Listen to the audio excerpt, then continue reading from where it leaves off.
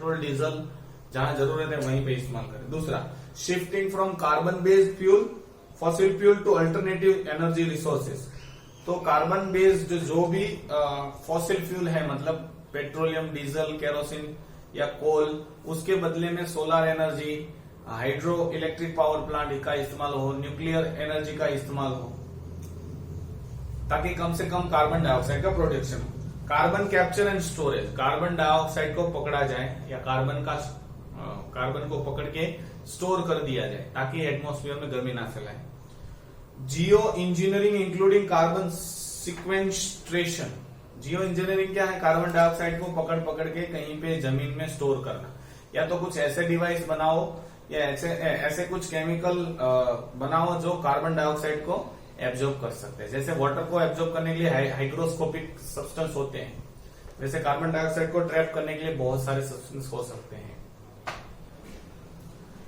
Other strategies for mitigation of global warming include development of new technology. नई technology बनाई जाए ताकि कम से कम मिटिगेशन मतलब कम करना ग्लोबल वार्मिंग को।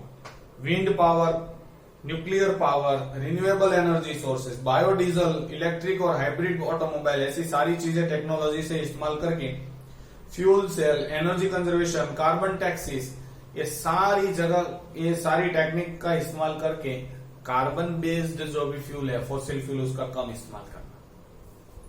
तो that would be in green house effect. ये हम लोगों ने कंप्लीट कर दिया green house effect. Next is acid rain. आप लोग बचपन से पढ़ रहे हो एसिड रेन। एसिड रेन तो बारिश एसिड के फॉर्म में नहीं होती। ऐसी बारिश जिनका पीएच 5.6 से कम हो, पीएच लेस देन 5.6, 5.6 से कम पीएच वाला बारिश अगर होता है तो उसको हम लोग एसिड रेन नाम देते हैं। ये क्यों होता है? क्योंकि जब भी बारिश नीचे आती है तो एटमॉस्फेयर में बहुत सारा पॉल्यूशन वाला एयर है, तो उसके कांटेक्ट में आके वो एसिड उनको बना देगा और फिर वो नीचे जब आएगा तो पेड़ पौधों को, फ्लोरा और फोना को नुकसान पहुंचाएगा। फ्लोरा मतलब पेड़, फोना मतलब एनिमल्स, दोनों को नुकसान पहुंचाएगा। इसी को हम लोग एसिड रेन कहते हैं। Causes of acid rain. Acid rain का मेन नेचुरल प्रोसेस से भी होता है और ह्यूमन एक्टिविटी से भी होता है। Chemical which contribute to the acid rain formation naturally are produced by lightning and volcanic activity. Naturally जिनसे एसिड रेन होता है वो वोल्केनिक इरप्शन से, वोल्केनो जब निकलता है तो उसके साथ सल्फर डाइऑक्साइड, नाइट्रोजन डाइऑक्साइड ऐसे गैस निकलते हैं जो मतलब हवा में रहते हैं। जब पानी के साथ कंबाइन हो गए तो वो सल्फ्यूरिक एसिड, नाइट्रिक एसिड बनाते हैं। तो ये नेचुरल प्रोसेस है। लेकिन acid rain is also forest fire से भी हो सकता है, क्योंकि फॉरेस्ट में आग लगने की वजह से सिर्फ कार्बन डाइऑक्साइड नहीं प्रोड्यूस होता, दूसरे भी बहुत सारे गैसेस प्रोड्यूस होते हैं। There are 3 main compound acidification जो करते हैं या एसिड रेन फैलाते हैं, वो है ऑक्साइड ऑफ सल्फर।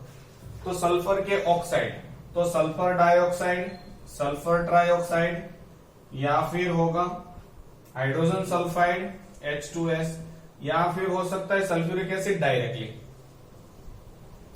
ये सारे हैं वो एसिड रेन फैलाने में काम आते हैं, मतलब इनका काम है ये। Chlorine, next is chloride ion या chlorine, next is hydrochloric acid HCl, ये भी इंडस्ट्रीज में से निकलता है।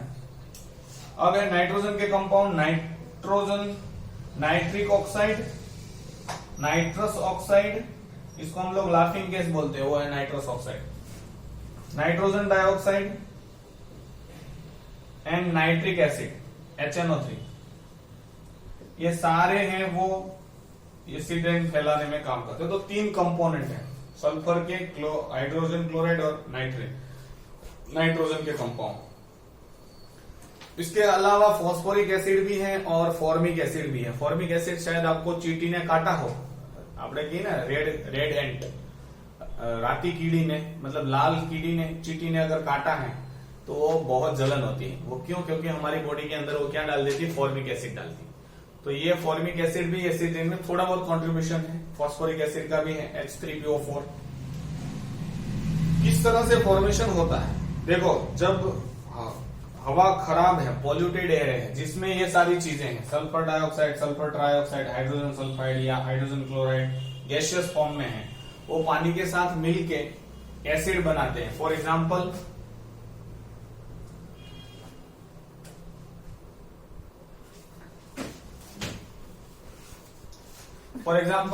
CO2 है, मैंने शायद बताया है, SO2 है या NO2 है या जो भी है, उसके साथ पानी जब मिलेगा, वाटर जब मिलेगा तो they form corresponding acids. Carbon के साथ कार्बोनिक एसिड H2CO3, सल्फर के साथ सल्फरस एसिड या तो सल्फ्यूरिक एसिड, दोनों बन सकता है, क्योंकि यहाँ पे SO2 की जगह पे SO3 हो तो सल्फ्यूरिक एसिड बनेगा, मतलब दोनों सेम ही होता है।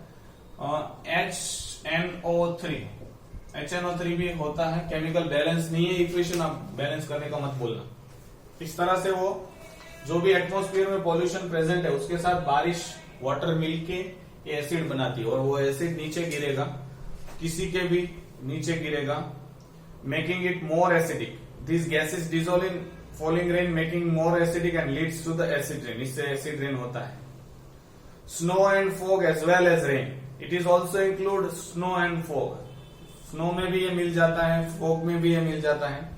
It's sometime called acid precipitation, इसको हम लोग प्रेसिपिटेशन भी बोलते हैं। प्रेसिपिटेशन मतलब बारिश के बूंदाबांदी। सोर्सेस ऑफ एसिड रेन, देखो एसिड रेन के सोर्सेस हम लोगों ने पढ़ भी लिए हैं। Sulphur dioxide and nitrogen oxide, formic acid. Natural sources volcanic and natural geyser. Natural geyser मतलब गरम पानी के झरने जो निकलते हैं तुलसी श्याम में, तो वहां से सल्फर निकलता है, सल्फर डाइऑक्साइड, सल्फर ट्राइऑक्साइड, तो ये नेचुरल फॉर्म है, ठीक है। Formic acid and formaldehyde at produce by forest fire, अगर आग लग जाती है जंगल में तो वहां पे फॉर्माल्डिहाइड एंड फॉर्मिक एसिड होता है प्लांट के अंदर, जो इवोपरेट होके एटमॉस्फेयर में रिलीज होता है, स्पेसिफिकली ट्रॉपिकल एरियाज में, मतलब इक्वेटोरियल रीजन में। Main source of acid rain is emission resulting from combustion of fossil fuel in automobile, factories and power plant. Mainly acid rain का रिस्पॉन्सिबल कौन है एसिड रेन के लिए? फॉसिल फ्यूल, जहां जहां यूज होता है, व्हीकल में, फैक्ट्रीज में, कहीं पे भी। Mainly oxide of nitrogen and sulfur are produced in this way. These combine with water vapor in the atmosphere to produce nitric acid and sulfuric acid. तो ये धुआं बनेगा तो उसके साथ पानी के साथ मिलकर और nitric acid and sulphuric acid बनाते हैं। Large proportion of sulfur and nitrogen oxide are produced from burning of fossil fuel like coal and petroleum. कोल और पेट्रोलियम से ही सल्फर और नाइट्रोजन के जो ऑक्साइड है वो बनते हैं, जो फिर पानी के साथ कंबाइन होकर एसिड बनाते हैं। Following is the flow chart showing acid rain causing agent and their resources. India's energy requirement will be 300 time increase हुई है, 300%, 300% इंक्रीज हुई है इन यूजेज ऑफ कोल बाय 2020 में बहुत ज्यादा इंक्रीज हुआ है use of this fossil fuel. Energy requirement बढ़ी है तो फॉसिल फ्यूल बढ़ेगा 300%। The result will produce heavy acid rain condition over many highly sensitive years in the northern eastern region and coastal area of India. तो जहां पे north east India है, मतलब मेघालय, असम, वहां पे बहुत एसिड रेन का प्रॉब्लम्स है, और कोस्टल एरिया जहां जहां पे है वहां पे भी बारिश जब आती है तो ये एसिड के फॉर्म में नीचे आते हैं। Next is marble cancer. ये भी आपको पता है, ताजमहल का जो कलर डिसकलरेशन हो रहा था क्योंकि मथुरा ऑयल रिफाइनरी वहां पे ही सेटअप थी, तो वहां से निकलने वाला पॉइजन वो एटमॉस्फेयर में मॉइस्चर और वाटर ड्रॉपलेट है उसके साथ मिलकर ताजमहल को खराब कर रहे थे। तो सुप्रीम कोर्ट ने 1994 मतलब 1994 में ऑर्डर दे दिया गया सब बंद कर दो। तो आज 10-12 किलोमीटर ताजमहल के आजू बाजू में आपको बाइक भी लेके नहीं जाने देंगे। आपको अगर जाना है तो वहां की इलेक्ट्रिक बाइक और इलेक्ट्रिक रिक्शा है उसमें बैठ के जाना पड़ेगा। तो इसको हम लोग मार्बल कैंसर कहते हैं। एसिड रेन के इम्पैक्ट देखो, एसिड रेन से क्या क्या नुकसान हो सकता है। सबसे पहला impact on building and monuments. जो बिल्डिंग है उन पे क्या क्या इफेक्ट आएगा। तो जो एक तो एसिड है, तो अभी तो मार्बल के बारे में हम लोग पढ़े, तो जो इम्पैक्ट ऑफ एसिड रेन है वो हम लोग नेक्स्ट लेक्चर में पढ़ेंगे। तो यहां तक हम लोग रोकते हैं। अगला जो भी टॉपिक है वो हम लोग नेक्स्ट लेक्चर में पढ़ रहे हैं। Thank you and have a nice day. और कल टेस्ट जो है वो आई थिंक सो इसके आगे वाला जो पॉल्यूशन वाला चैप्टर है उसकी है। Thank you.